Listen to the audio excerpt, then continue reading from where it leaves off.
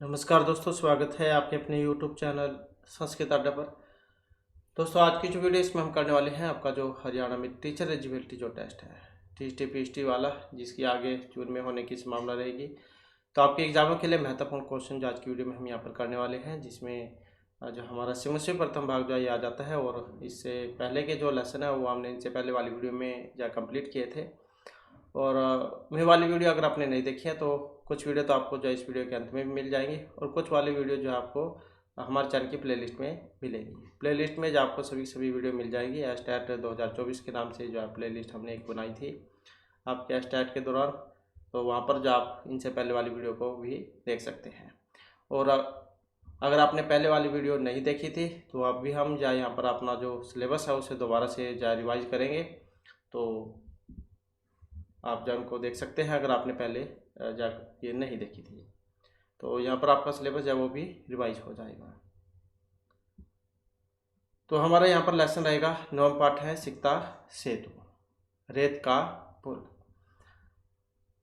क्योंकि यहाँ से आपके एग्जाम में क्वेश्चन जरूर आते हैं। तो प्रस्तुत है नाट्यांश सोमदेव रचित कथा सरिसागर नामना कथा ग्रंथस्य सप्तम अध्याय उपरि आधारिता अस्ति। अब ये पहले वाली जो लाइन होती है वो आपने जरूर याद रखनी है कि जैसे ये है किन के द्वारा रचित है। सिकता सेतु सोमदेव इनके द्वारा रचित जो कथा श्री सागर है इसी का ही भाग है, इसमें से ही लिया गया है। तो प्रस्तुत नाट्यांश सोमदेव विरचित कथा श्री सागर इति नामना कथा ग्रंथस्य सप्तम अध्याय उपरि आधारित अस्ति। सोमदेव जो इनके द्वारा रचित है कथा श्री सागर, इसमें जो ये लिया गया है, तो इतने आप याद रखिएगा। अस्मिन् नाट्यांशे तप स विद्यां प्राप्तुं यत्नशीला कश्चित् तपोदत्त नाम का कुमार चित्रित अस्ति तस्य मार्गदर्शनाय पुरुषवेशधारी देवराज इंद्र तत्र आगतवान्। तत्र आगत्य देवराजः सिक्ताभिः सेतु निर्माणार्थं प्रयत्ने एतद्दृष्ट्वा तपोदत्तः प्रहसन् वदति किमर्थं भो बालकाभिः जलबन्धं निर्मासि। ततः देवराजः प्रति व्यक्ति यद् अध्ययनं श्रवणं पठनं विना यदि त्वं विद्यां प्राप्तुं शक्नोषि तदाहमपि बालकाभिः सेतु निर्माणं कर्तुं शक्नोमि। देवराजस्य विपरां ज्ञात्वा तपोदत्तः विद्याप्राप्तिकामः गुरुकुलं गतवान्। तो इसमें क्या कहा गया था कि प्रस्तुत नाट्यांश सोमदेव द्वारा रचित कथा श्री सागर के 7वें अध्याय पर आधारित है। इस नाट्यांश में तपोदत्त नामक एक बालक तपस्या के बल पर विद्या प्राप्त करना चाहता है और उसके मार्गदर्शन के लिए पुरुष वेशधारी देवराज इंद्र वहाँ पर आए और वहाँ आकर देवराज बालू के द्वारा नदी पर पुल बना रहे थे। यह देखकर तपोदत्त हंसकर बोला, किस लिए बालू के द्वारा बांध बना रहे हो। तब देवराज उनके प्रति उत्तर देते हैं कि जो व्यक्ति यदि बिना अध्ययन बिना सुनने और पढ़ने के विद्या प्राप्त कर सकता है तब मैं भी बालू के द्वारा पुल निर्माण कर सकता हूँ। तो देवराज का आश्चर्य जानकर तपोदत्त विद्या प्राप्ति की इच्छा लेकर गुरुकुल गया। तो ये वाली इसमें कहानी आती है। तो यहाँ से फिर लेसन जाइए शुरू हो जाता है। ततः प्रविष्टि तस्य रतः तपोदत्त है, और तब तपस्या करते हुए तपोदत्त प्रवेश करता है। अब तपोदत्त है, यहाँ पर ये दो व्यक्ति उनके बीच संवाद है। तपोदत्त है, अहम अस्मि तपोदत्त है, बाल्ये प्रीति चरणै क्लेश्यमाणोऽपि विद्यां न अधीतवानसि तस्मात् सर्वे कुटुम्बं पितरैः ज्ञाति जनैः च गृहीतो अभवम्। तो कि मैं तपोदत्त हूँ, बाल्यावस्था में पूज्य पिताजी के द्वारा क्लेश किए जाने पर भी मेरे द्वारा विद्या ग्रहण नहीं की गई, इसलिए कुल के सभी सदस्य मित्र संबंधी के द्वारा मेरा अनादर किया गया। तो जैसे कहते हैं नहीं कि आपके माता पिता आपको आप जा पढ़ लो, आपने अपना जो बचपन है उसमें भी देखोगा आपके माता पिता आपको कहते थे कि बेटा पढ़ ले, लेकिन आप क्या है पढ़ने के बजाय जा अपने मित्रों के साथ जा खेलने लग जाते थे और पढ़ाई में ध्यान नहीं दिया। तो बहुत सारे ऐसे व्यक्ति भी हैं जो ध्यान नहीं देते हैं। तो यही बात यहाँ पर इनके साथ भी हुई थी। जब इनके माता पिता इनसे कहते थे कि तुम पढ़ लो, तब तो इन्होंने पढ़ा नहीं। उसके बाद फिर जो उनके परिवारजन थे और रिश्तेदार थे तो फिर जहाँ उनको ताने देने लग गई। तो वही बात यहाँ पर कह रहे हैं कि मैं तपोदत्त हूँ, बाल्यावस्था में पूज्य पिताजी के द्वारा क्लेश किए जाने पर भी मेरे द्वारा विद्या को ग्रहण नहीं किया गया, इसलिए कुल के सभी सदस्यों मित्रों संबंधियों के द्वारा मेरा अनादर किया गया। तो आज के समय में भी यही बात है। तो अगर कोई नौकरी पे है तो सभी को नहीं तो ताने देते हैं सभी, परिवार वाले भी और मित्रगण, और जो ये रिश्तेदार हैं वो तो अलग बात है। तो ऊर्ध्वम निश्वस्य है। ऊर्ध्वम निश्वस्य का मतलब क्या है? ऊपर की तरफ सांस छोड़ करके। हाँ विदेह किम इदम मया कृतम किदर्शी दुर्बुद्धियासी तदा ये तदापि न चिंतितम, कि हे विधाता मेरे द्वारा ये क्या किया गया, कैसी दुर्बुद्धि थी उस वक्त, मैंने यह भी नहीं सोचा कि। अब क्या नहीं सोचा था, ये जो यहाँ पर श्लोक जो है इसके माध्यम से बतलाए गए हैं। परिधानैर अलंकारे भूषितापि न शोभते नरह निर्माणी भोगी एवं सभायाम यदि वा गृहे, कि कपड़ों और अलंकार से भूषित किंतु अशिक्षित मनुष्य घर पर या सभा में उसी प्रकार सुशोभित नहीं होता जिस प्रकार मणि से रहित सांप। तो सांप की भी शोभा तभी है अगर उसके पास मणि है, और व्यक्ति भी उसकी भी कदर घर में तब तक है जब तक वो नौकरी प्राप्त नहीं करता। मतलब अगर नौकरी प्राप्त करता है तभी कदर है उसकी, नहीं तो फिर उसको ताने देते हैं। तो कपड़ों और अलंकार से विभूषित किंतु अशिक्षित मनुष्य घर पर या सभा में उसी प्रकार सुशोभित नहीं होता जिस प्रकार मनुष्य रही सांप। तो अगर जब तक आपकी नौकरी नहीं लगती, आप कुछ काम नहीं करते, तब तक जो आपके घर के आपको ताने ही देंगे। इसके बाद किंचित विमृश्य है, मतलब कुछ सोचकर। ये कुछ शब्द है ऐसे जो आपको एग्जाम में देखने को मिल जाते हैं। जैसे ये विमृश्य है, इसका मतलब क्या होता है? तो ऐसे मतलब कुछ सोचकर, ये इसका मतलब है सोचकर। किंचित कुछ विमृश्य सोचकर। बहुतों की मेतेन दिवसे मार्ग भ्रांत संध्याम यावद यदि गृहमोपैति तदपि वरम न असो भ्रांत मन्यते, कि ठीक है, इससे क्या दिन में मार्ग भटका हुआ राही यदि शाम तक घर वापस आ जाता है तो भी ठीक है, उससे भटका हुआ नहीं माना जाता। कह देते हैं कि घर से शाम सुबह का भूला अगर शाम को घर आ जाए तो उसे भूला नहीं कहा जाता, ऐसी कहावत है एक। तो वही बात यहाँ पर ही कह रहे हैं कि दिन से मार्ग भ्रांत हैं, कि दिन में मार्ग भटका हुआ राही यदि शाम तक घर वापस आ जाए तो भी ठीक है, तब भी उसे भटका हुआ नहीं माना जाता। अतः इदानीं तपश्चर्या विद्यामाप्तुं प्रवृत्तो अस्मि, अब मैं तपस्या के द्वारा विद्या प्राप्ति में लग जाता हूँ। इसके बाद जल उछल ध्वनि ही सुनते हैं। इसके बाद जो जल उसके उछलने की जो आवाज़ है वो सुनाई देती है। आय कुतः अयम कल उच्छल ध्वनि ही महामतस्य मकरावा भवे पश्यामि तावत्, के जल उछल ध्वनि सूर्य में जल के उछलने की जो ध्वनियाँ सुनी जाती है। इसके बाद अरे यह लहरों के उछलने की ध्वनि कहाँ से आ रही है? क्वेश्चन भी देख सकते हैं, क्वेश्चन किया गया है कि अरे यह लहरों के उछलने की ध्वनि कहाँ से आ रही है। संभवतः ये तो कोई बड़ी मछली है या फिर मगरमच्छ या होना चाहिए। और पश्चामी तावत, तो मैं देखता हूँ, तो तब तक मैं देखता हूँ। इसके बाद पुरुषमेकम सिक्ता भी सेतु निर्माण प्रयासम करवाना दृष्टवा सहासम, एक पुरुष को बालू के द्वारा पुल बनाने का प्रयास करते हुए देखकर हंसते हुए। तो मतलब रेत जो है, रेत को कह देते हैं बालू, रेत। तो रेत के द्वारा पुल बनाने का प्रयास कर रहा था और उसको देखकर हंसते हुए। हंत नास्तीय भावा जगति मूर्खाणाम तीव्र परवाहम नद्या मूढ़ा एवं सिक्ता भी सेतुम निर्मातुम प्रयत्न है, कि हाय इस दुनिया में मूर्खों की भी कमी नहीं है। तीव्र भाव वाली नदी में यह बेवकूफ़ बालू से पुल बनाने का प्रयास कर रहा है। उसके बाद से 28 पार्श्वम उपेत्य है, इस प्रकार जोर जोर से हंसकर और पास में जाकर। यहाँ पर आप चित्र जो है इसमें भी देख सकते हैं, ये वो व्यक्ति है, ये पुरुष भी इसमें इंद्र थे और ये पुल बनाने का प्रयास कर रहे हैं यहाँ पर, और साथ में जाता पता यहाँ पर अपने तपस्या में लगे हुए हैं कि मुझे विद्या ऐसे ही ग्रहण हो जाएगी। जैसे आपने टीवी सीरियल में देखा होगा और आपके मन में भी कई बार बात आई होगी कि जैसे वो तपस्या करते थे उनके पास सारी जो विद्याएं हैं वो आ जाती थी। तो अपने मन में भी आपने सोचा होगा कई बार कि हमारे पास भी कुछ ऐसी ही विद्या होनी चाहिए थी, जादू, कि हम ऐसे ही तपस्या करें और सारी विद्या हमारे पास आ जाए। तो सेम जो है यहाँ पर ये भी ऐसे ही सोच रहा था कि मैं भी बस तपस्या करूँगा और सारी विद्याएं मेरे पास आ जाएंगी, जबकि ऐसा कुछ होता नहीं है। वो तो आपको पढ़कर ही मिलेगी। जैसे आप अपनी जहाँ यहाँ पर एग्ज़ाम पास करने के लिए दिन रात जहाँ मेहनत कर रहे हैं।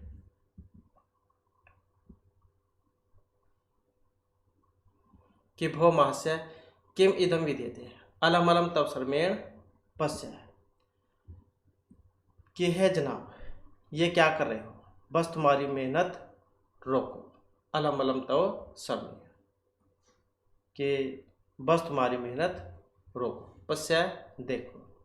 कि है मास्य किम विद्यते, कि मतलब तुम क्या कर रहे हो, ये अपनी मेहनत को इसको रोको। रामे बबंद यम से तुम शिलाभि मकराले विदत बालका भी तम यासी तम मति रामता, कि राम ने सागर पर जिस सेतु को पत्थरों से निर्मित किया था, शिला मतलब पर्वत उसको क्या देते हैं, पत्थरों को, कि राम ने सागर पर जिस सेतु को पत्थरों से निर्मित किया था और तुम उस पुल को बालू से बनाते हुए तुम उनके प्रयासों को मतलब उनका प्रयासों का उपहास कर रहे हो। कि राम ने तो जो है पत्थरों से पुल बनाया था, लेकिन तुम पत्थरों की बजाय जो है रेत जो है बालू रेत उससे पुल बनाने की कोशिश कर रहे हो। तो इससे तो तुम उनका उपहास कर रहे हो कि वे तो व्यर्थ में ही पत्थरों से पुल बना रहे थे। तो इस प्रकार का यहाँ पर ये इसमें जो है श्लोक आया है। चिंत्या तावत सिकता भी कवचित सेतु कर तुम युज्यते, तो थोड़ा विचार करो कहीं बालू के द्वारा पुल बनाया जा सकता है। उसके बाद पुरुष है बहुत पश्विन कथम माम अवरोधम करोसी प्रतिदिन किमन सिद्धम भवती का अवस्था शिलाना सिकता भी एम सेतुम कृष्यामी सब संकल्प दृढ़तया। फिर जो यहाँ पर पुरुष जाओ कहता है कि हे तपस्वी, तुम मुझको किस लिए रोकते हो, कोशिश करने से क्या पूर्ण नहीं होता, प्रयत्न करने से क्या कुछ सिद्ध नहीं होता, पूर्ण नहीं होता, पत्थरों की क्या जरूरत है, बालों से ही सेतु निर्माण करने के लिए दृढ़ संकल्प हूँ, कि मैंने ऐसे ही प्रतिज्ञा कर लिया, निश्चय कर लिया है कि मैं मतलब जो रेत है उससे ही पुल बनाऊंगा। उसके बाद फिर तपोदत है आश्चर्य किम सिकता भी है हमसे तुम कृष्य सिकता जल प्रवाह स्थास्यंति किम भवता चिंतितम नैवा। उसके बाद तपोदत कहता है आश्चर्य के साथ कि बालू से ही पुल निर्मित करोगे, क्या तुमने यह विचार किया कि बालू पानी के भाव पर कैसे रुक पाएगा, आप इसके बारे में चिंतित है कि नहीं है। इसके बाद जो पुरुष है स उत्पूर्वासम, उत्पूर्वासम ये ऐसे शब्द आपने जरूर याद रखने हैं, ये एग्जाम में आ जाते हैं। स उत्पूर्वासम मतलब उसकी बात को काटते हुए, चिंतितम चिंतितम सोचो सोचो, सम्यक चिंतितम सम्यक चिंतितम ठीक प्रकार से सोचो, नैम सोपान सहायता अधिरोढ़ विश्वसी सन उत्प्लुत्य गंतुम क्षमास्ति, कि अच्छी तरह से विचार कर लिया है, सम्यक चिंतितम अच्छे प्रकार से विचार कर लिया है, मैं सीढ़ियों की सहायता के द्वारा छत पर चढ़ने में विश्वास नहीं करता हूँ, मुझ में छलांग लगा कर जाने की शक्ति है। उसके बाद तपोदत है से व्यंग्यम, मतलब उसको व्यंग्य के साथ, व्यंग्य किसे क्या देते हैं, ताना मारना, तो ताना देते हुए कि साधु साधु अंजन में अपनी अतिक्रमसी, कि वाह वाह क्या बात है, तुम तो अंजनी पुत्र हनुमान का भी अनादर कर रहे हो। पुरुष है स विमर्शम, पुरुष सोच समझ कर, का उत्तर संदेह है किम क्या, और इसमें क्या संदेह है। इसके बाद फिर दूसरा जो यहाँ पर श्लोक जो है वो आ जाता है कि बिना लिपि अक्षर ज्ञानम तपो भी एव केवलम यदि विद्यावसे स्युते से तो ऐसा तथा मम। इसके बाद कि बिना लिपि अक्षर ज्ञान, कि बिना लिपि और अक्षर ज्ञान के बिना, मतलब लिपि तथा अक्षर ज्ञान के बिना जैसे सिर्फ तपस्या से विद्या तुम्हारे वश में हो जाएगी, उसी प्रकार से मैं भी सेतु से मेरा उसी प्रकार से मैं भी रेत से पुल बना लूँगा, तो उसी प्रकार से मेरा भी जो सेतु है उसका निर्माण हो जाएगा। तो ये सेम जो उसको ही कटाक्ष करके कही गई थी बात, कि जैसे तुम तपस्या में लगे हुए हो, तुम सोचते हो कि मैं तो बस ऐसे ही तपस्या करूँगा और सारी विद्याएं मेरे पास आ जाएंगी, तो इसी प्रकार से मैं भी जो है यहाँ पर केवल रेत के माध्यम से ही पुल बना लूँगा। तो लिपि तथा अक्षर ज्ञान के बिना जैसे सिर्फ तपस्या से विद्या तुम्हारे वश में हो जाएगी, उसी प्रकार से यह सेतु भी बन जाएगा। इसके बाद फिर जो तपोदत्त है, सवे लक्ष्यम और आत्मगतम। तपोदत्त शर्माते हुए अपने मन में, ये आत्मगतम का मतलब है अपने मन में। ये उस समय आता है जब कोई बात किसी को बताई नहीं जाती। जैसे आप कुछ सोचते हैं तो अपने मन में ही सोचते हैं ताकि दूसरों को इसके बारे में पता ना लगे, तो ये उसको कह देते हैं आत्मगतम। कि अय माम उद्देश्य भद्रपुर स्वयं अधिक्षिति नूनम सत्यम अत्र पश्यामि अक्षर ज्ञान विना एव वैदुष्यम आप्तुम अभिलषामि तद इयं भगवत्यः शारदायाः अवमानना गुरुगृहं गत्वा एव विद्याभ्यासमय करणीयः पुरुषार्थेव लक्ष्यम प्राप्यते। इसके बाद जो फिर यहाँ पर जो तपोदत्त है, अय माम उद्देश्य भद्रपुरुषो एवं अधिक्षिप्ति, कि अरे यह जो महानुभाव है, तपोदत्त शर्माते हुए और अपने मन में कि अरे यह महानुभाव मुझे ही लक्ष्य करके निंदा कर रहा है, पूर्ण रूप से यहाँ मैं सत्यता को देख रहा हूँ। नूनम सत्यमर पश्यामि, निश्चय मैं यहाँ पर सत्य को देख रहा हूँ। मैं बिना अक्षर ज्ञान के ही शिक्षा हासिल करना चाहता हूँ। यह तो देवी सरस्वती का तिरस्कार है और मुझे गुरुकुल जाकर ही विद्या प्राप्त करनी चाहिए और परिश्रम से ही गंतव्य की प्राप्ति संभव है। उसके बाद प्रकाशम, प्रकाशम का मतलब होता है प्रकट रूप में, जहाँ पर किसी दूसरे को कोई बात बतलाई जाती है। आत्मगतम मतलब अपने मन में और प्रकाशम मतलब प्रकट रूप में, जहाँ पर किसी दूसरे को कोई बात बताई जाती है। इसके बाद भव नरोत्तम, न हम जाने यत कोऽपि अस्ति भवान परंतु भवद्भिः उन्मीलितं में न नियुगलम् तपः मात्रेण विद्यामाप्तुं प्रयत्नमानः अहमपि सिक्ताभिः एव सेतु निर्माण प्रयासं करोमि तदिदानीं विद्यायाः अध्ययने गुरुकुलमेव गच्छामि स प्रणामं गच्छति। इसके बाद प्रकाशम मतलब प्रकट रूप में, कि भो नरोत्तम, कि है श्रेष्ठ नर, मैं नहीं जानता हूँ कि आप कौन हैं, परंतु आपने मेरे नेत्र खोल दिए हैं। तपस्या मात्र से विद्या को प्राप्त करने की कोशिश करता हुआ मैं अभी बालू से ही सेतु निर्माण का प्रयास कर रहा था और अब मैं विद्या प्राप्त करने के लिए गुरुकुल जाता हूँ। इसके बाद स प्रमाणम गच्छति मतलब प्रणाम करता हुआ चला जाता है। तो इस प्रकार से जब उसकी आंखें खुल गई थी कि जैसे मैं जब तपस्या के माध्यम से विद्या ग्रहण करना चाहता था कि मुझको विद्या ऐसी मिल जाएगी सिर्फ तपस्या करके, तो इसी प्रकार से जो है यहाँ पर ये व्यक्ति जो है मेरी आंखें खोलने का प्रयास कर रहा है। इसने मेरी आंखें खोल दी है कि ये भी जो है वैसे ही सेम काम कर रहा है, मतलब रेत के माध्यम से पुल बनाने की कोशिश कर रहा है, तो इसने मेरी आंखें खोल दी है। इसके बाद आ जाते हैं यहाँ पर इसके जो शब्दार्थ है, वर्ड मीनिंग शब्दार्थ है। तो जैसे सिकता है, सिकता मतलब बालू का, रेत सेतु जलबंध है पुल। तपस्यारत है, तप है कुर्बन तपस्या में लीन या तपस्या करते हुए। पितृचरणी मतलब तात पादई, पिता को तात भी कह देते हैं, तो पादई मतलब पाँव को कह देते हैं तात पादई, पिताजी के द्वारा। क्लेशमान है, संताप्यमान है, व्याकुल किया जाता हुआ। अधीतवान अध्ययन कृतवान मतलब पढ़ा। कुटुंबी परिवारजन कुटुंबियों के द्वारा। ज्ञातिजन बंधु बांधवों के द्वारा। गर्हिता है, निंदिता है, अपमानित। निःश्वस्य दीर्घ श्वास त्यक्त्वा लंबी सांस को छोड़कर। दुर्बुद्धि दुर्मति दुष्ट बुद्धि वाला। परिधान वस्त्र कपड़ों से पहनावों से। मार्ग भ्रांत है, पथ भ्रष्ट है, राह से भटका हुआ। उपैति प्राप्त होती जाता है या समीप जाता है। समीपम गति। तपश्चर्या तपस्या, तपसा मतलब तपस्या के द्वारा। जल उच्छल ध्वनि, जल और दवगते ही शब्द है, पानी के उछलने की आवाज़। कल उच्छलन है, तरंग उच्छलन से शब्द है, तरंग के उछलने की ध्वनि। कुर्बाणम कुर्वंतम मतलब करते हुए। सहासम हासपूर्वक हंसते हुए। स उत्प्रासम उपहासपूर्वकम मतलब खिल्ली उड़ाते हुए या फिर चुटकी लेते हुए। स अट्ठासम अट्ठासपूर्वकम जोर से हंसकर। अट्टम अटालिकाम अटाली को। आधिरोड़म उपरिगंतुम चढ़ने के लिए। आंजनेयम हनुमंतम आंजनी पुत्र हनुमान को। सविमर्शम विचारशीतम सोच विचार करके। सैवेलक्षम सज्जलम लज्जापूर्वकम। वैदुष्यम पांडितम विद्वता। उन्मीलितम उद्घाटितम खोल दी। तो इस प्रकार से यहाँ पर इसके जो शब्दार्थ थे और ये इनका अन्वय था जो हमने ऊपर जो श्लोक किए थे।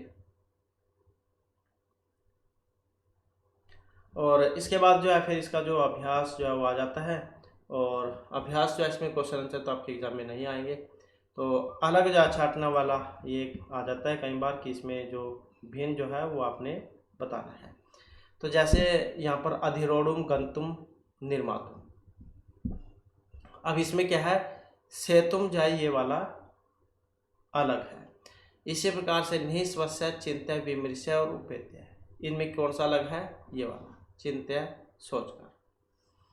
विश्वसीमी पश्यामी करिष्यामी अभिलषामी, तो इसमें कौन सा अलग है, ये वाला करिष्यामी करूँगा। तपो भी दुर्बुद्धि सिक्ता भी कुटुम्बी ही, अब इसमें देखिए तो इनमें कौन सा अलग है, तो दुर्बुद्धि ही ये वाला इनमें अलग है। तो इस प्रकार से जो अलग है वो इसमें बताना है। नेक्स्ट आ जाता है रेखांकितानि सर्वनाम पदानि कस्मै प्रयुक्तानि, तो ये फिर जो यहाँ पर सर्वनाम है वो किन के लिए आए थे। जैसे ये अलम अलम तव सर्वमेव, ये किन के लिए आया था, तो ये पुरुष को कही गई थी बात, जो पुरुष रूप में इंद्र देवता थे, तो पुरुष के लिए आई थी बात ये, तो क्या हो जाएगा, पुरुषाय, पुरुषाय ये वाला हो जाएगा। न अहम सोपान मार्गम अट्टमादिरोड़म विश्वसिमी, तो ये भी बात किसने कही थी, जो पुरुष जो था उसी ने कही थी ये भी बात। और चिंतिता भवता नैवा, तो ये बात किसने कही थी, तो ये भी पुरुष के लिए आई थी, भवता नैवा कि आप चिंतित है कि नहीं है, रेत से पुल बनाने की कोशिश कर रहे हैं, तो उनके लिए आई थी ये भी। गुरु गृहम गत्वा विद्याभ्यास में करनी है, तो ये बात किन के लिए आई थी कि गुरु के घर पर जाकर ही मुझे विद्या का अभ्यास करना चाहिए, मैं मेरे द्वारा। तो जो तपोदत्त जो थे, तपोदत्ताय, तो जो तपोदत्त जो थे ये उसने कही थी बात, उनके लिए आई थी। बौद्ध भी उन्मिलितम में नयन युगम, कि आपने मेरी आंखों को खोल दिया है, तो ये बात भी किन के लिए आई थी, तपोदत्त के लिए आई थी। नेक्स्ट आ जाता है यहाँ पर, अब कौन किसने बात कही थी, तो ये तो आपके एग्जाम में नहीं आएगी। और क्वेश्चन रिमांड करना ये वाला जो भाग आ जाता है एग्जाम में, तो इसमें जो विभक्ति लगी हुई है सेम वही विभक्ति आपने भी लगानी है, और किम वाला जो रूप है वो इसमें चल जाएगा। तो जैसे तपश्चर्या आया है यहाँ पर कि तपोदत्त है तपश्चर्या विद्यावाप्तुम प्रवृत्तास्ति, तपोदत्त तप विद्या के द्वारा ही प्राप्त करना चाहता था।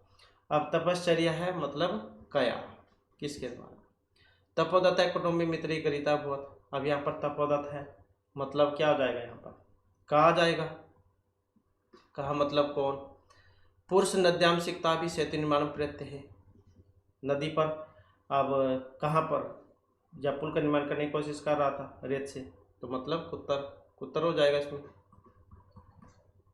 और तपोदत्त अक्षर ज्ञानम विनय व्याधिशमाप्तुम अभिलषति, अक्षर ज्ञान के बिना मतलब किसके बिना, कम। और तपोदत्त विद्याध्यनाय गुरुकुलम अगच्छत, अब विद्याध्यनाय तो किस लिए गया गया था, तो मतलब आ जाएगा किमर्थम, पढ़ाई करने के लिए गया था, विद्या ग्रहण करने के लिए। गुरुगृहम गत्वा विद्याभ्यास करने हैं, तो गुरुगृहम गुरु के घर पर जाकर विद्याभ्यास करना चाहिए, मतलब कहाँ पर जाकर, उत्तर, ऐसे हो जाएगा ये। इसके बाद आ जाता है यहाँ पर उदाहरण अनुसृत्य अधोलिखित विग्रह पदाना समस्त पदानी लिखा, तो ये विग्रह और इनका समस्त पद, तो यहाँ पर विग्रह तो दिए गए हैं, समस्त पद यहाँ पर इनका बताना है। जैसे संकल्पस्य सात्य, मतलब संकल्प सात्य, षष्ठी विभक्ति में था तो संकल्प सात्य। ऐसे ये भी षष्ठी के बहुवचन में है, अक्षर नाम ज्ञानम, तो क्या बन जाएगा, अक्षर ज्ञानम, ऐसे हो जाएगा अक्षर ज्ञानम, ये वाला कट जाएगा, अक्षर ज्ञानम हो जाएगा। और सिक्ताया सेतु हो, क्या बन जाएगा, सिक्ता सेतु। पितृ पितु चरणई, तो इसका क्या बनेगा, ऐसे हो जाएगा पितृ चरणई। गुरु गृहम, इसका क्या बनेगा, गुरु गृहम, गुरु गृहम, ऐसे हो जाएगा, ये कट जाएगा इसमें से। विद्याया अभ्यास है, तो क्या बनेगा, विद्या अभ्यास है, तो इस प्रकार से इनका समस्त पद यहाँ पर हो जाएगा। ये भी महत्वपूर्ण है आपकी एग्जाम की दृष्टि से, तो इनका भी जो समस्त पद या विग्रह पद जो एग्जाम में आ सकता है। नेक्स्ट आ जाता है अधोलिखित नाम समस्त पदानाम विग्रह कुरुत, तो ये समस्त पद है और इनका क्या है, अब यहाँ पर इसका विग्रह करना है, मतलब उल्टा दे दिया गया है। तो जैसे नयन युगलम है, नयन हो युगलम, आंखों का जो जोड़ा होता है उसको क्या देते हैं। अब जल प्रवाह का क्या बनेगा, वैसे षष्ठी में जलस्य प्रवाह ये बन जाएगा, जलस्य प्रवाह। तपश्चर्या जैसे तो क्या बनेगा, तप से है चर्या। और जल उच्छल दमनि तो क्या हो जाएगा, जलस्य उच्छल दमनि, जलस्य उच्छल दमनि। सेतु निर्माण प्रयास है तो क्या हो जाएगा, सेतु हो निर्माण प्रयास है। तो इस प्रकार से जो है यहाँ पर ये हो जाएगा। नेक्स्ट आ जाता है यहाँ पर उदाहरण अर्चित कोष्ठकात पदम आधाय नूतनम वाक्यम द्वयम रचत। तो दो वाक्य जो है यहाँ पर बनाने हैं। जैसे अलम आयतालम के योग में कौन सी भक्ति लगती है, तृतीय, ये भी आप याद रखिएगा, अलम चिंत्य बनता है। जैसे ऐसे ही भय जो है, भय से आपने बनाना है, अलम भयन ऐसे बना सकते हैं। कोलाहल का बन जाएगा जैसे अलम कोलाहली, मतलब तृतीय व्यक्ति जो उसमें बनानी है। अनुयोगे द्वितीय, अनु के योग में कौन सी होगी, द्वितीय, जैसे माम अनुसा गस्ते, ऐसे यहाँ पर इसका बनाना है। तो जैसे यहाँ पर ये गृह है, इसका बनाएंगे तो गृहम अनुसा गस्ती, ऐसे ही पर्वत को जाएगा, पर्वतम अनु ग्राम है अस्ति, मतलब ऐसे कुछ भी बना सकते हैं, ये आने चाहिए इसमें। इसके बाद विना के योग में भी द्वितीय भक्ति होती है। अक्षर ज्ञान विनय वैदुष्यम प्राप्त अभिलाषी, जैसे परिश्रम है इसका बताना है। अब जब हम इसका बनाएंगे क्या बनेगा, परिश्रमम विना ए वैदुष्यम प्राप्त अभिलाषी। ऐसे अभ्यास है, अभ्यासम विना ए वैदुष्यम प्राप्त अभिलाषी। यावत, इसके योग में भी द्वितीय भक्ति होती है यावत की, संध्या में यावत गृह मुपैती, ये यावत आना चाहिए इसमें, ऐसा वाक्य बनाना है आपने। तो मास का है जैसे, तो मासम यावत वर्षना भक्ति, महीने भर तक वर्षा नहीं हुई थी, ऐसे वर्ष का लिखना है, वर्षम यावत गृहम उपैति।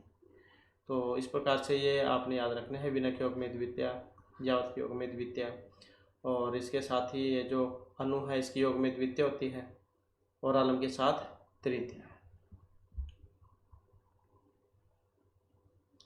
इसके बाद फिर यहाँ पर इसका जो योग्यता विस्तार वो आ जाता है, और ये वही है जो हमने शुरू में पढ़ा था लक्षण के बारे में, कि ये जो नाट्यांश है सोमदेव विरचित कथा श्री सागर के सप्तम लंबक, मतलब अध्याय पर आधारित है। यहाँ तपोबल विद्या पाने के लिए प्रयत्नशील तपोदत्त नामक एक बालक की कथा का वर्णन है।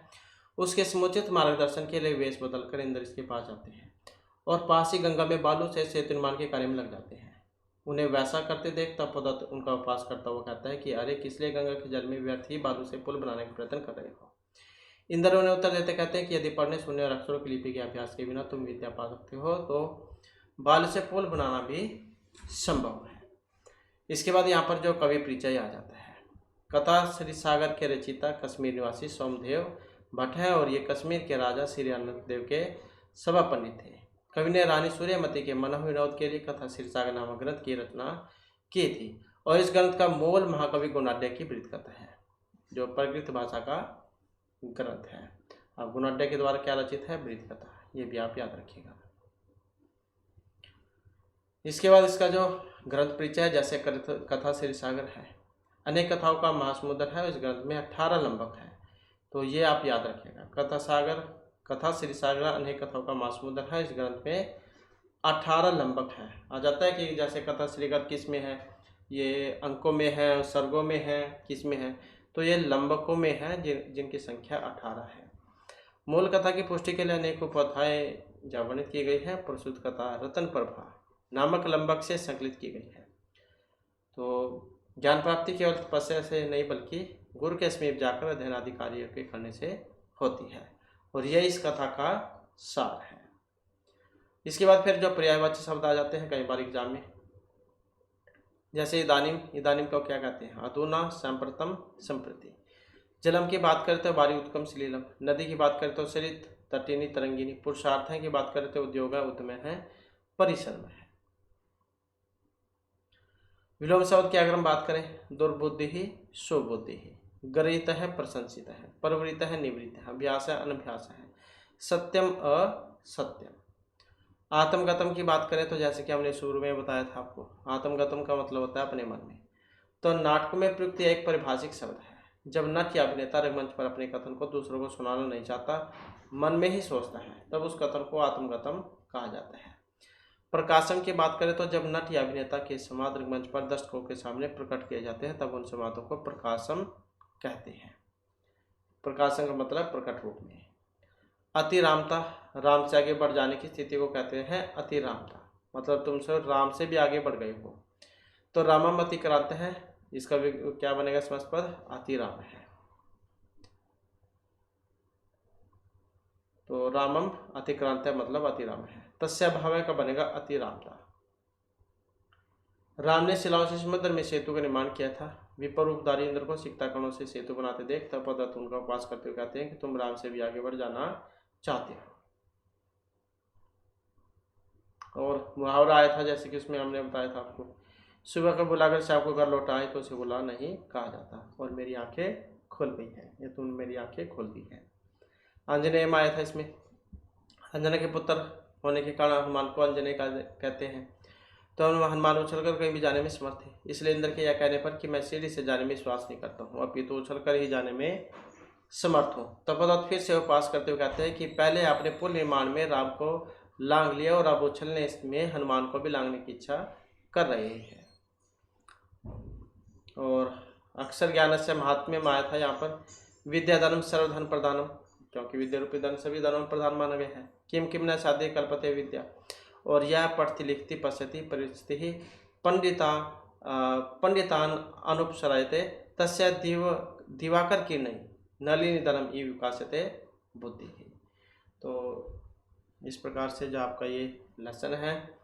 और नेक्स्ट फिर आ जाता है यहाँ पर, इसके बाद में यहाँ पर जो लेसन आ जाता है 10वें पाठ है, 10वां लेसन है जटायु शौर्य, जटायु की वीरता।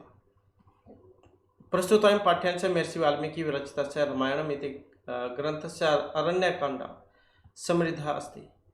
तो महर्षि वाल्मीकि के द्वारा जो रचित है रामायण, तो इसका जो ये अरण्यकांड है इसमें से लिया गया है। तो रामायण जहाँ 7 कांडों में है, तो 7वां जो इसमें ये कांडों में जो अरण्यकांड आ जाता है, जंगल वाली घटना हुई थी अरण्यकांड, तो इसमें है जटायु शौर्य, जटायु की वीरता। तो जटायु चाहता है, प्रयास करता है बचाने का सीता को, जब रावण जो उनका हरण कर लेते हैं, तो उसी के बारे में है। अत्र जटायु रावणयोः युद्धस्य वर्णनम अस्ति। तो किसका, जटायु रावण के युद्ध का वर्णन। पक्षिराज जटायु पंचवटी कारणे विलपन्त्यः सीतायाः कृणक्रन्दनं श्रुत्वा तत्र गच्छति स सीतापहरणे निरतं रावणं तस्मात् निन्दकर्मणः निवर्त्यर्थं प्रबोधयति। परं च अपरिवर्तितमतिः रावणः तम् एव अपसारयति। ततः पक्षिराज तन्वयेन पादाभ्यां च प्रहरति सवनखै रावणस्य गात्राणि विदारयति। एवं च बहुविधा क्रमेण रावणः भगन धन्वा हत सारथी हत अश्वः वर्णी वीर रथः च समजातः खग अधिपस्य पुनः अतिशय प्रहरे वर्णि महाबली रावणः मूर्छितः भवति। तो ये जो लेसन है प्रस्तुत पाठ महर्षि वाल्मीकि द्वारा रचित रामायण ग्रंथ के अरण्यकांड से लिया गया है। यहाँ जटायु और रावण के युद्ध का वर्णन है। पक्षीराज जटायु पंचवटी जंगल में रोती हुई सीता के करुण क्रंदन को सुनकर वहां जाता है। वह सीता अपहरण में लगा हुआ रावण को उस नीच काम को रोकने के लिए आग्रह करता है। अपने मति को बिना टाले रावण उसको ही अपने रास्ते से हटने को कहा, और फिर पक्षीराज चोंच से और पंजों से प्रहार करता है और अपने नाखूनों से रावण की सिर को फाड़ देता है। इस लड़ाई के क्रम के द्वारा रावण टूटे धनुष वाला, मरे हुए सारथी वाला, मरे हुए घोड़ों वाला और रथ विहीन और घायल हो जाता है। पक्षराज के बार बार वही मतलब बहुत ज़्यादा प्रहार से महाबली रावण घायल और मूर्छित हो जाता है। तो इस प्रकार से उनके बीच में जो युद्ध जो हुआ था उसी के यहाँ पर इसमें वर्णन किया गया है। तो जैसे यहाँ पर ये पहला इसमें श्लोक आया था, सा तदा करुणा वाचा विलपंती सोदुखिता वनस्पतिगतम गृधम ददर्श आयतलोचना। जब इसका अन्वय करते हैं तो कैसे बनेगा, तदा सुदुखिता करुणा वाचा विलपंती आयतलोचना सा वनस्पतिगतम गृधम ददर्श, कि तब बहुत दुखी करुणामयी बातें बोलकर रोती हुई तब बहुत दुखी क्रूणमी बातें बोलकर रोती हुई बड़ी नेत्रों वाली वह सीता पेड़ पर बैठे गिद्ध या जटायु को देखती है, या उसने गिद्ध को देखा। इसके बाद फिर जो दूसरा श्लोक आ जाता है यहाँ पर, जटायु पश्चिमम आर्य हिर्यमाणम अनाथवत अनेन राक्षेंद्र करुणाम पाप कर्मण है। इसका जब हम अन्वय करेंगे तो कैसे बनेगा कि हे आर्य जटायु हो, हे आर्य ये अलग अलग करेंगे, मम माम ये आर्य अलग हो जाएगा, हे आर्य जटायु हो, अनेन पाप कर्मण राक्षस इंद्रेण अनाथवत हिर्यमाणम माम करुणम पश्य, कि हे आर्य जटायु हो, इस पापी राक्षस राज के द्वारा अनाथ के जैसे हरण की जाती हुई मुझको देखो। कि हे जटायु, हे आर्य जटायु, इस पापी राक्षस राज के द्वारा अनाथ के जैसे हरण की जाती हुई मुझको देखो। तो ये जटायु जो थे राजा दशरथ के ये मित्र थे, ये भी आप याद रखिएगा इसमें। इसके बाद जो नेक्स्ट आ जाता है यहाँ पर श्लोक इसमें, कि तम शब्दम अवसुप्त है तू जटायु रथ सुश्रुबे निरीक्षा रावणम क्षिप्र वेदही स वैदेहीम च ददर्श स। जब हम इसका भी अन्वय करेंगे तो क्या होगा, अथ से शुरू हो जाएगा, अथ सह, ऐसे हो जाएगा। अथ से अवसुप्त है जटायु तू तम शब्दम सुश्रुवे रावणम निरीक्षा क्षिप्रम वेदही ददर्श च। और फिर वह, अथ मतलब इसके बाद में क्या देते हैं, फिर वह सोया हुआ जटायु, फिर वह सोए हुए जटायु ने तो उसकी आवाज़ को सुना और रावण को देखकर जल्दी से सीता को देखा।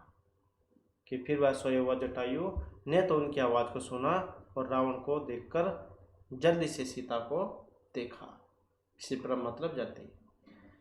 नेक्स्ट यहाँ पर श्लोक आ जाता है इसमें, कि ततः पर्वत श्रृंगः भी तीक्ष्ण तुंड है खगोत्तम है वनस्पतिगत है श्रीमान व्याजहर है शुभाम गिरम।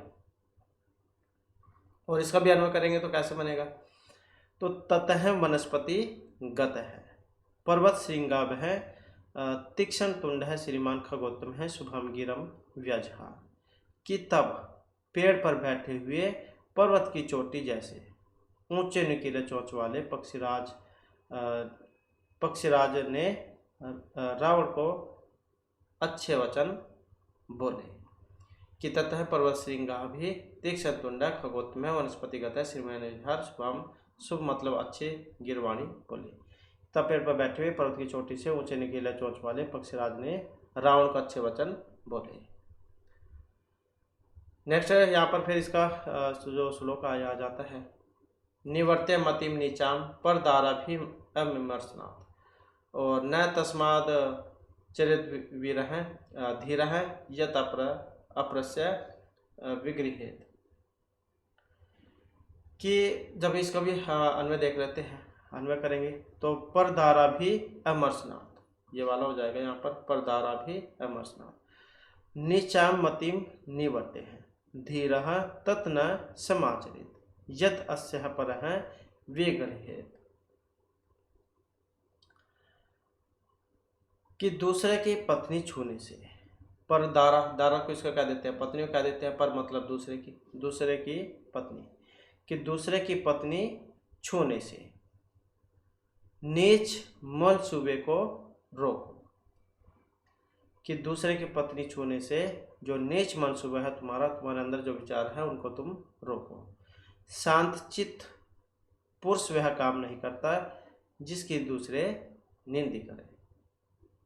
तस्माद आचरेत धीरा यत अप्रहस्य विगृहेत।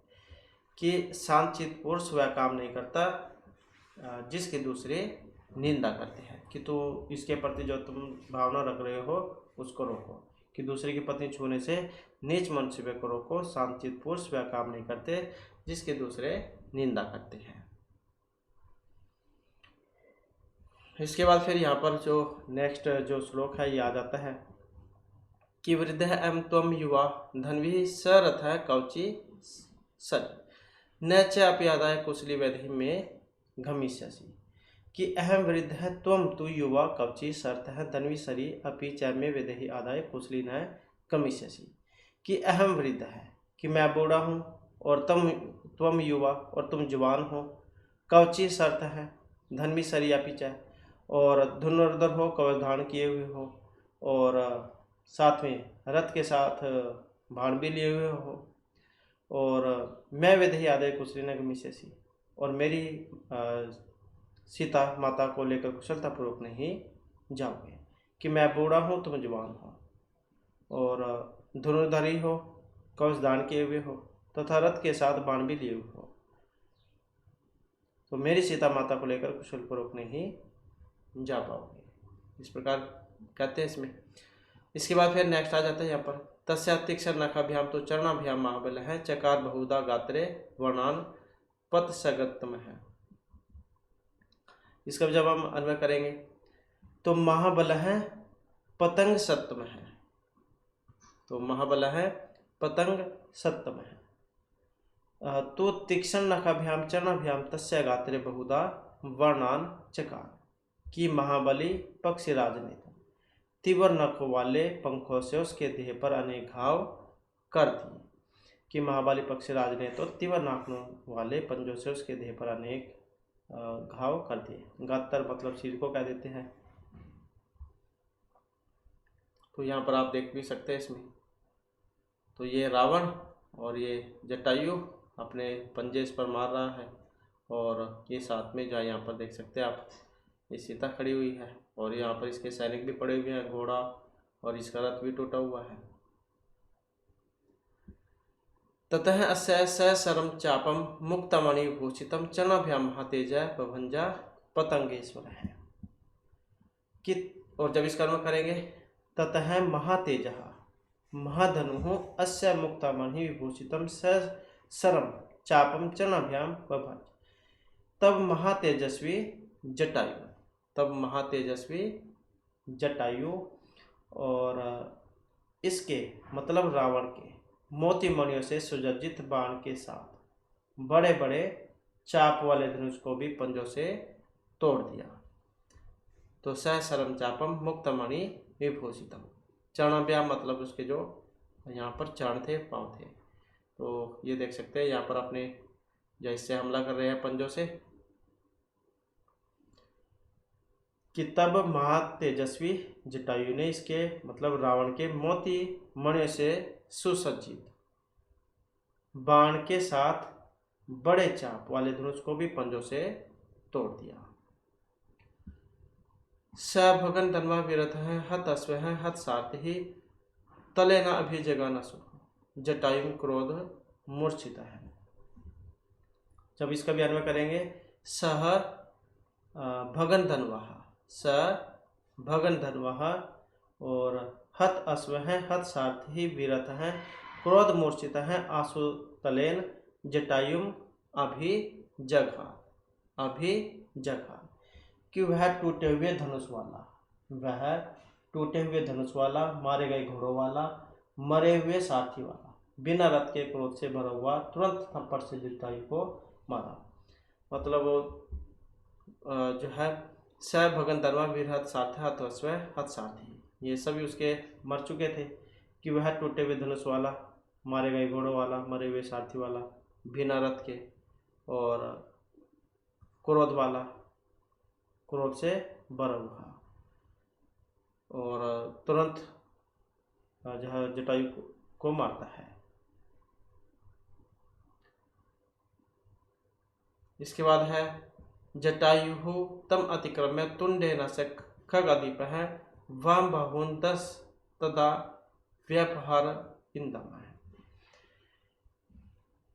जब इसका अन्वय करेंगे तो ये हो जाएगा अरिंदम है, यहाँ से अरिंदम है, अरिंदम है, खग अदीप है। खग अदीप किसे कहा जाते हैं? पक्षराज जो होता है उसको कह देते हैं, पक्षियों का जो स्वामी है। तो खगादीप है, अरिंदम है, खगादीप है, जटायु तम अतिक्रम में अस्य 10 वाम बहुन तुंडेन व्यापार, के आर्य किसको कह देते हैं? शत्रु को।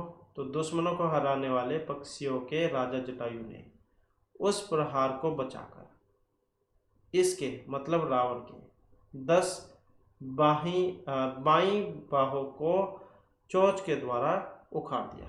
मतलब वाम जो बाहु थी उसकी लेफ्ट साइड वाली, तो उसको अपने चोंच के द्वारा उखाड़ दिया कि दुश्मनों को हराने वाले पक्षियों के राजा जटायु ने उस प्रहार को बचाकर और उसके मतलब रावण के 10 बाई बाहों को चोंच के द्वारा उखाड़ दिया। तुंडेन मतलब चोंच, उसको क्या देते हैं।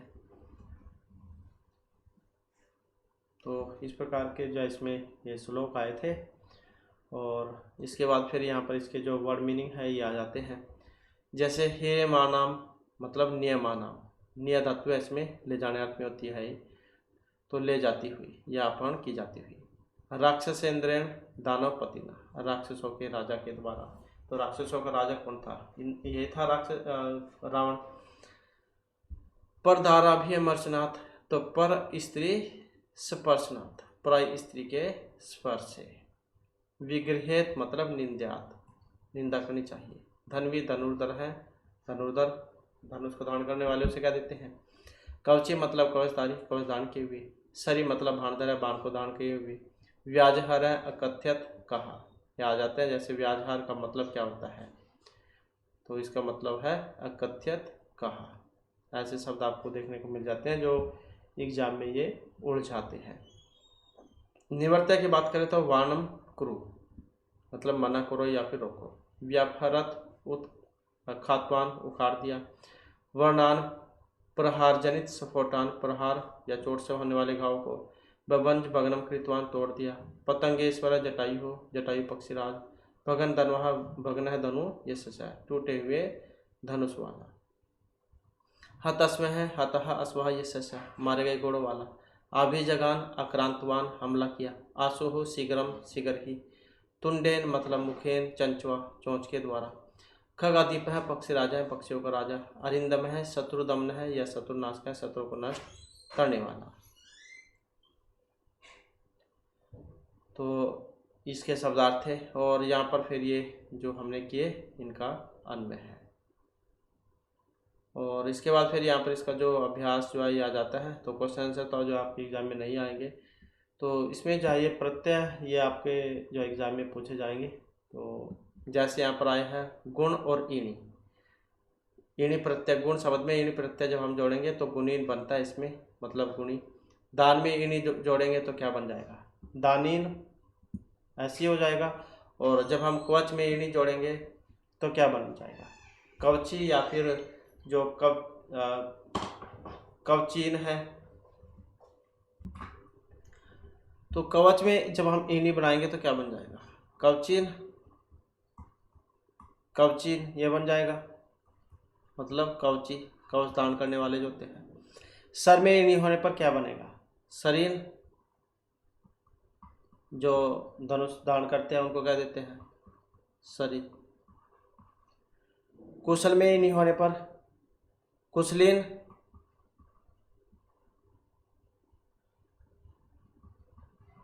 कुशलीन, कुशली का देते हैं जिसको चतुर होते हैं, जो अपने काम में कुशल। धन में ईनी होने पर क्या बनेगा, धनीन। ये प्रत्यय आप याद रखेगा, ईनी वाला कई बार जैसे धनीन दे दिया जाएगा, पूछ लिया जाएगा इसमें किस प्रत्यय का प्रयोग हुआ है। तो ईनी प्रत्यय इसमें रहेगा, धन शब्द और ईनी प्रत्यय। एग्जाम में कैसी भी तरीके किसी भी तरीके से पूछ लिया जा सकता है, चाहे तो ये वाला आ जाए या फिर ये आ जाए। तो धनीन मतलब धनी जो होता है उसको क्या देते हैं। धन में ईनी होने पर क्या बनेगा, दंडिन बनेगा, दंडिन मतलब दंडी। इसके बाद है रावण हो जटायु हो विशेषणानि सम्मिलित रूपेण लिखितानि तानि पृथक पृथक कृत्वा लिखा। तो ये जटायु और जो रावण है इनके विशेषण जो है यहाँ पर दिए गए हैं। तो जैसे पर्यायवाची जो होते हैं वो वाले। तो जैसे रावण है, रावण को क्या कहते हैं, रावण के लिए कौन कौन से आए थे इसमें, जैसे युवा, ये युवा थे, और जटायु वृद्ध थे। तो इसी प्रकार से रावण के लिए सर आया था, और कौन सा था, मरे हुए घोड़ों वाला था, हतस्व है। और कौन सा था, मूर्छित वाला, क्रोध मूर्छित है, ये भी आया था उनके लिए। और सर्थ है, जो सारथी जो थे वे भी थे, कवच दान किए हुए थे। और सरी धनुष वाले थे, और भगन धनवाहा ये वाले। बाकी और जो यहाँ पर एक ये वाला युवा। इसके अलावा जो जटायु की बात करें तो वृद्ध, और क्या महाबली, पतंग सप्तम है, महागृद्ध है, और कौन सा था खगादीप है, पतंगेश्वर है। तो ये सारे के सारे जटायु के लिए आए थे।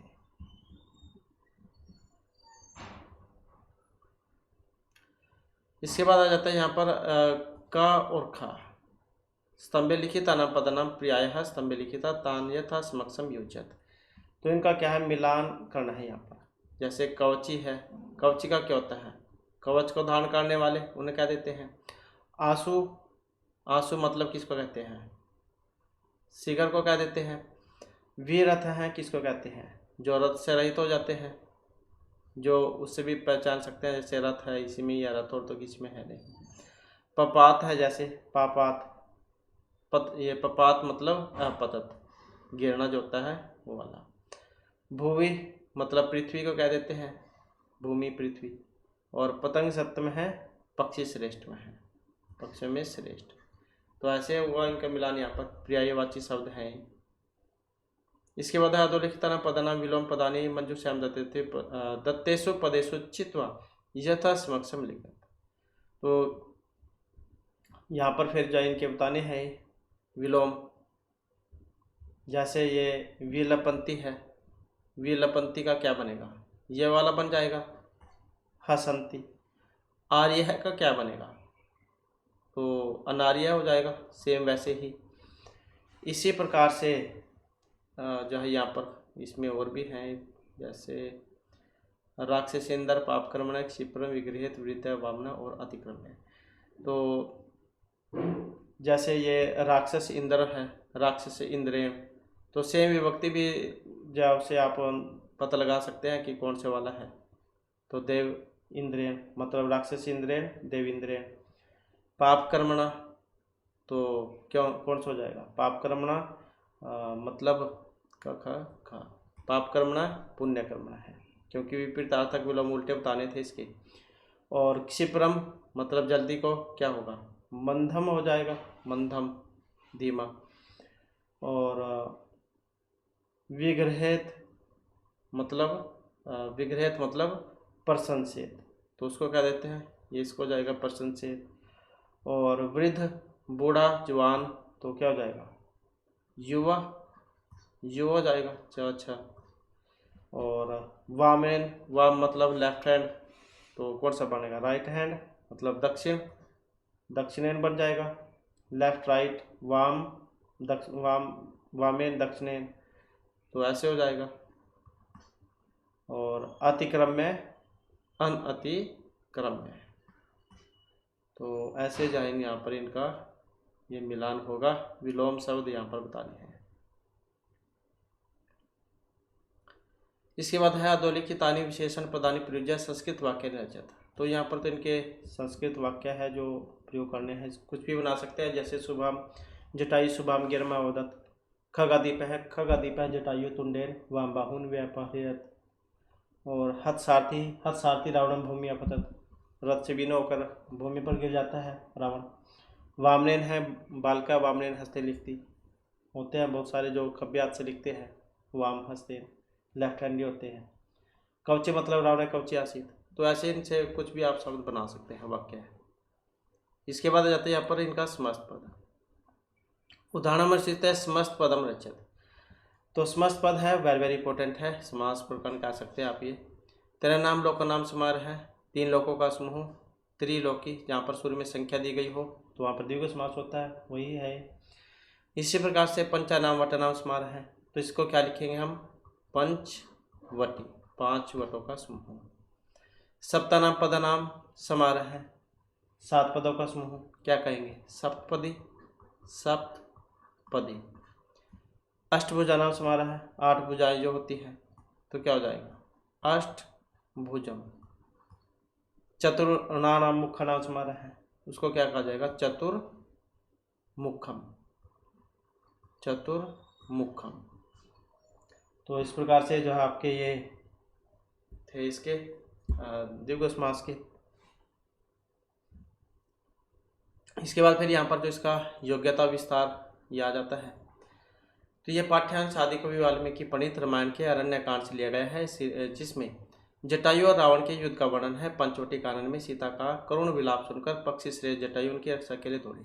वे महाबली जटायु अपने तीखे नखों तथा पंजों से रावण के शरीर में अनेक घाव कर देते हैं, जिसके कारण रावण विरत होकर पृथ्वी पर गिर पड़ता है। कुछ ही क्षणों बाद क्रोध अंध रावण जटायु पर प्राणघातक प्रहार करता है, परंतु पक्षी श्रेष्ठ जटायु उससे अपना बचाव कर उस पर चंचु प्रहार करता है। उसके बाएं भाग की दशा दसों भुजाओं को क्षत विक्षत कर देता है। ये इसका कवि परिचय था। महाकवि वाल्मीकि आदि काव्य रामायण के रचयिता है, और रामायण महर्षि वाल्मीकि को आदि कवि और रामायण को आदि काव्य कहा जाता है। तो ये आप याद रखिएगा, अनुष्टुप छंद में है। ये कहा जाता है कि वाल्मीकि का हरिदेव व्याध के द्वारा क्रीड़ारत क्रोध युगल, मतलब पक्षियों के जोड़े में से एक के मार दिए जाने पर उसके सहचरी के विलाप को सुनकर द्रवित हो गया था, और उनके मुख से साप के रूप में जो वाणी निकली वह श्लोक के रूप में थी, और यही श्लोक संस्कृत का आदि श्लोक माना जाता है। आ जाता है कई बार आदि श्लोक कौन सा है, आदि काव्य कौन सा है, आदि कवि कौन है। तो ऐसे ये वाला श्लोक था ये कि मानि सात प्रतिष्ठाम तुम गमह शाश्वती समा यत क्रोच मिथुनाद कमावधि काम मोहितम, कि हे शिकारी तुम प्रतिष्ठा को प्राप्त नहीं करोगे, क्योंकि तुमने क्रोच पक्ष के जोड़े में से जो काम मोहित था एक को मार दिया है। भाव विस्तार की बात करें तो जटायु सूर्य के सारथी और उनके दो पुत्र थे, संपाति और जटायु।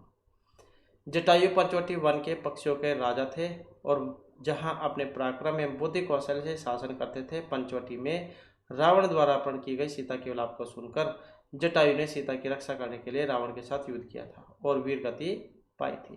इस प्रकार से राजधर्म की रक्षा में अपने प्राणों को उत्सर्ग करने वाले जटायु को भारतीय संस्कृति का महान नायक भी माना जाता है। तो सीता विषय सूचना देते हुए जटायु ने राम से जो वचन कहे वो यहाँ पर इसमें दिए गए हैं। तो याम औषधिम वायु विस्मत नान्वेषसी महावने साचा देवी मम प्राण रावणेभ्यम हरितम। और इसका फिर आ जाता है यहाँ पर वाक्य में प्रयोग, कुछ जो शब्द आए थे इसमें, जैसे ये गिरम है वाणी का देते हैं, छात्र मधुराम गिरम वाज, पतंगेश्वर है, पक्षी राजा जटायु पतंगेश्वर आप ही कहते थे। सरी रावण शस्त्रेण जटायु न आक्रांत है, विधुया विरह शत्रु प्रहरेण विधुया अग्रे अगच्छत, वर्णान चिकित्सक है औषधेन वर्णान विरोपितान अक्रोध, व्यापारत जटायु रावण से बहुन व्यापारत आसुहु स्व कार्यम आसुहु संपाद्य। तो ये इनका वाक्य में प्रयोग था कुछ शब्दों का। इसके बाद आ जाता है यहाँ पर जो स्त्री प्रत्यय है, जैसे टाप है, जादश टाप वाला जो सूत्र आता है, टाप का आ शेष बनता है, पुलिंग से स्त्रीलिंग जब बनाते हैं। तो करुणा दुखिता शुभा निम्ना रक्षण्या। गी प्रत्यय की अगर हम बात करें तो विलपंती यशस्विनी वेदेही कमल पत्राक्षी। ती की बात करें तो यूनेस्ती सूत्र है, युक्ति शब्द में लगता है युवन शब्द ती प्रत्यय यूनेस्ती बनता है, ये युक्ति रूप बनता है यूनेस्ती सूत्र के द्वारा, ती प्रत्यय इसमें। तो पुलिंग शब्दों से स्त्रीलिंग पद निर्माण में टाप गीप ती प्रत्यय प्रयुक्त होते हैं। टाप प्रत्यय का आ गीप का दीर्घ ई शेष बसता है। जैसे यहाँ पर इसमें दिए गए हैं मूषक है, जैसे मूषक में टाप होने पर मूषिका, बालक में टाप होने पर बालिका, और वत्स में टाप होने पर वत्सा, हसन में गीप होने पर हसंती, मानिन में गीप होने पर मानिनी, विद्वस में गीप होने पर विदुषी, श्रीमत में गीप होने पर श्रीमती। युवन शब्द में ती प्रत्यय होने पर युक्ति रूप बनता है, वेरी वेरी इंपॉर्टेंट है, यूनेस्ती सूत्र लगता है इसमें। तो इस प्रकार से जो ये आपके लेसन थे। नेक्स्ट वीडियो में इससे आगे के जो लेसन रह जाते हैं उन्हें हम कंप्लीट कर लेंगे, फिर नई बुक जो उसको शुरू करेंगे। और दोस्तों हमारे साथ अंत बनाने के लिए धन्यवाद।